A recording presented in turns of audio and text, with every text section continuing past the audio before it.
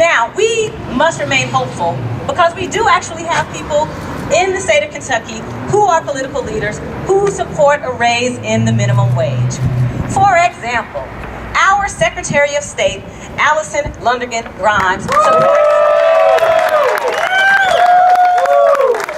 supports a raise in the minimum wage.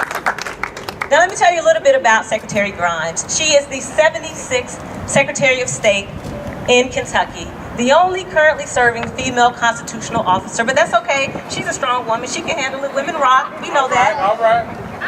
We also know that she has traveled all across this state, visiting all 120 counties in Kentucky, listening to our concerns, and she has heard our call for a raise in the minimum wage.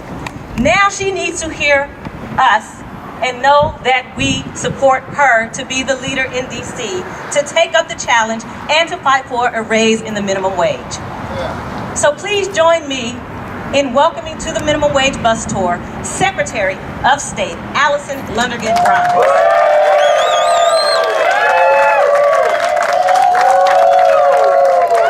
Councilwoman Attica Scott. Well, thank you all so very much. Good afternoon.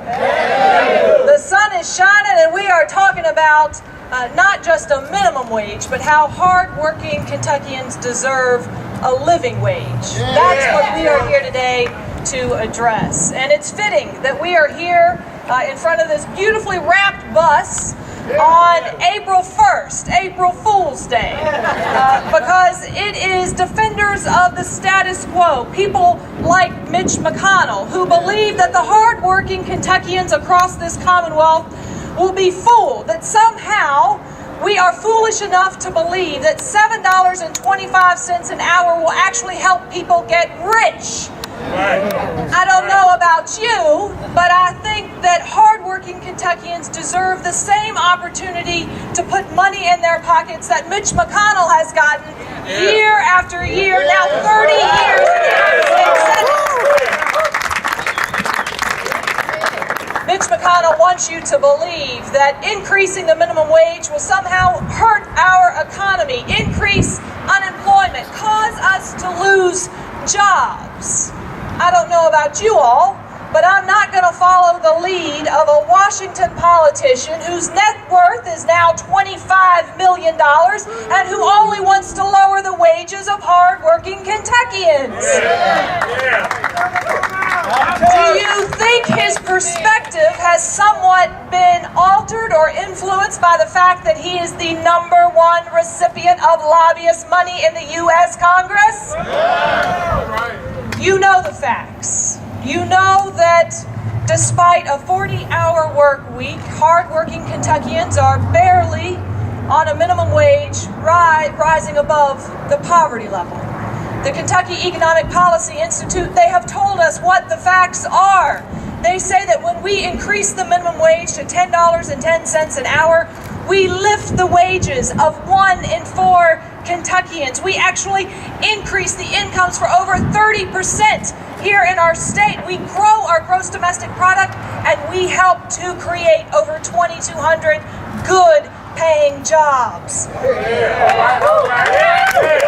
The task before us today and over the course of the next 9 months is to make sure that those facts are indeed known, because when Kentuckians know the facts, they overwhelmingly support an increase in the minimum wage to $10.10 an hour. There's 2 visions that are before us today. The first is that of Mitch McConnell, who is against an increase in the minimum wage. He says it's the last thing he will put his name to.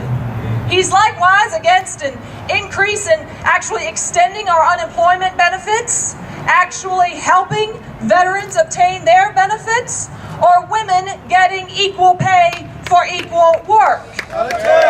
That's Mitch McConnell's vision.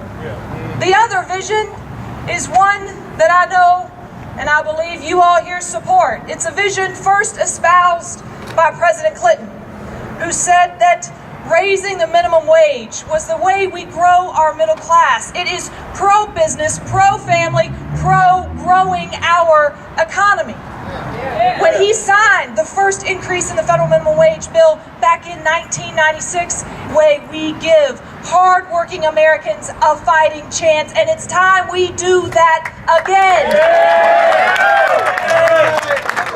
These are the words that echo in my ears when I meet people like Tanya, who works here at a Louisville hotel.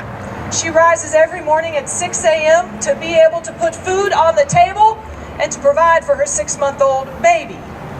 It's people like Jerome, who is a custodian here in Louisville, who works hard and faithfully doesn't make much, but is faithfully supporting our campaign because he's barely making ends meet on a minimum wage. Or it's a grandfather and a grandmother who are raising their 3 grandchildren and don't have $1 to spare. Those are the individuals who we are fighting for. That is what we are here today fighting about. That is who we will keep fighting for.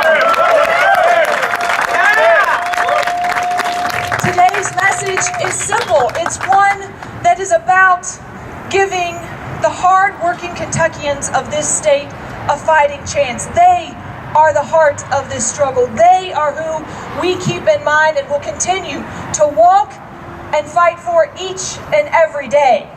Now I know that we've heard what Mitch McConnell has said. It's the last thing he will put his name to.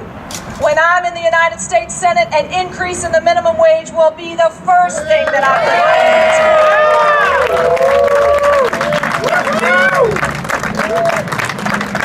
We've heard a lot of talk, and I know there's a lot of excitement here in Kentucky about the Final Four.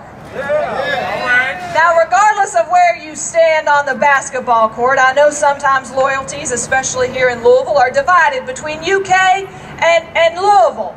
But we stand united in this race against Mitch McConnell. And what I want to hear about is talk of the final 9. The final 9 months of us having to endure Mitch McConnell in Washington. Kentucky and indeed the nation, they are tired of a senator of yesterday. A senator who champions yesterday's minimum wage, yesterday's treatment of women, and yesterday's coddling of Wall Street and special interests. They are ready for a senator of today, one that will fight for the future of tomorrow's Kentucky. I'm in this fight for each and every one of you, and together, the finish line is on the horizon. Together, we will march step in step together to cross that finish line successfully. So let me hear you. Will we stand united? Let me hear you say yes. Yeah. And will we work to raise the wage? Let me hear you say yes. Yeah. Thank you all very, very much.